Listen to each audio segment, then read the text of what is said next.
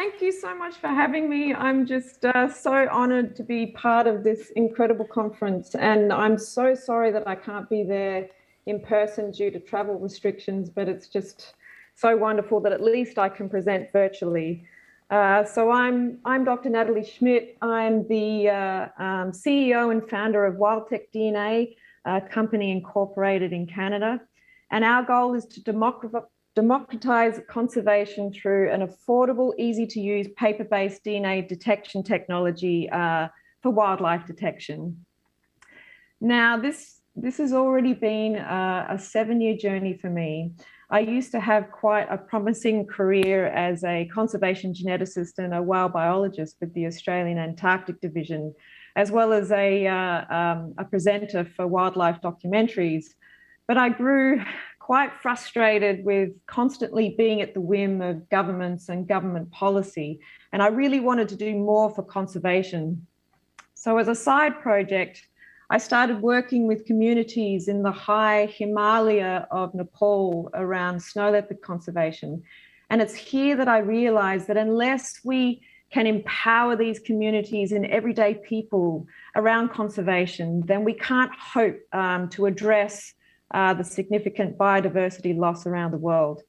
And it was around this time that I made a discovery that would change my life forever. So I literally stumbled across a scientific paper developed by a biomedical lab at McMaster University. And they had developed a simple paper-based biosensor for bacterial detection in food and water samples.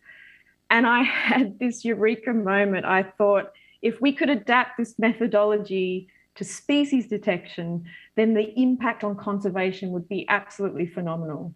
So I gave up my career, I left my family and friends and even a relationship at the time to move across to the other side of the world to work with this lab. So you may well be asking me, why would you make such a sacrifice?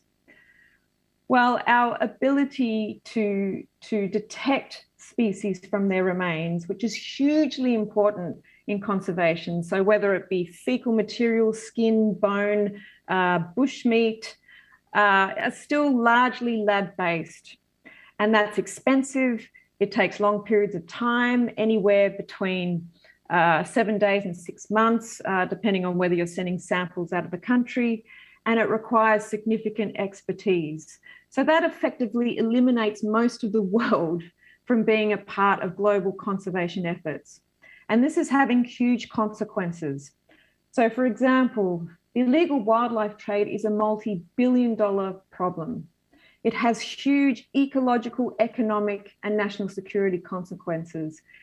But it's the inability of customs officers, law enforcement, and anti-poaching squads to be able to distinguish quickly, easily, and inexpensively between legal and illegally traded products. That is one of the biggest issues in the enforcement and prosecution of the illegal wildlife trade. Endangered species monitoring. So we can now detect a species from their fecal material, still using lab-based methods. But unless we're able to detect those samples or identify those samples on the spot, then we risk collecting samples that are not from our target species. And this happens more regularly than you probably realize. And this has a huge costs, at the very least financial costs for academic institutions, for NGOs, for governments, and even industry around environmental impact assessments. Thirdly, wildlife pathogens. So if there's anything this pandemic has taught us is that we need to be able to detect wildlife pathogens on the spot, quickly, effectively, and inexpensively. Unless we can detect these pathogens on the spot, then we can't stop them in their tracks. And lastly, a consequence that is very dear to my heart. Unless we can empower everyday people with the tools to be able to detect and monitor species, then we're effectively removing arguably the most important aspect to effective conservation. So what makes a species detection technology truly effective for conservation? So apart from it working really well, it needs to be portable, inexpensive, and easy to use.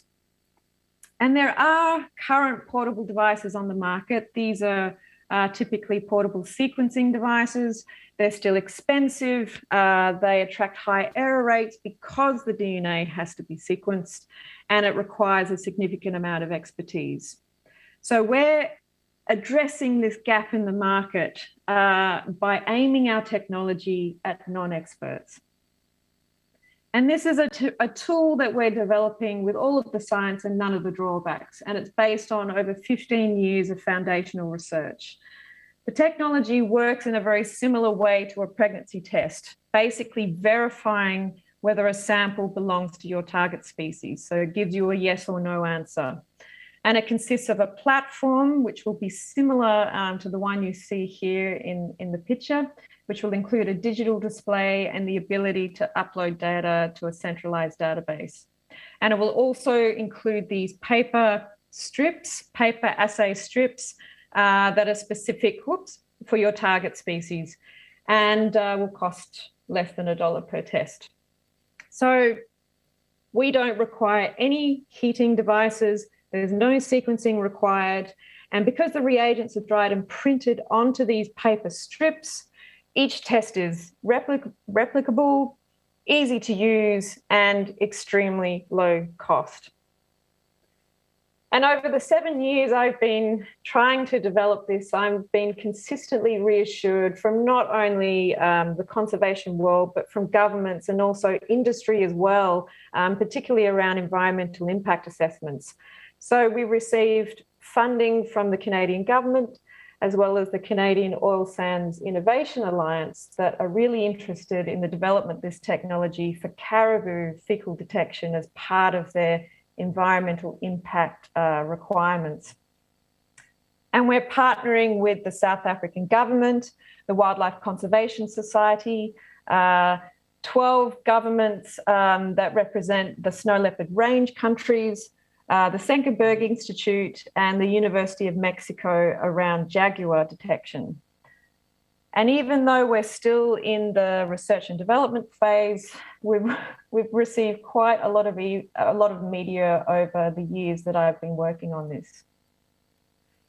And I'm incredibly grateful to have such an incredible team behind me to support the development of this technology. So we have a commercial team that is headed by myself and my two co-founders, as well as a science team headed by myself and two professors that really are at the forefront of paper-based biosensor development.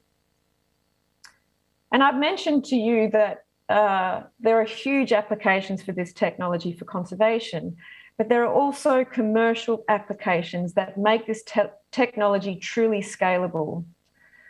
So I've touched on the application to environmental impact assessment, food security, food authenticity, and fisheries protection.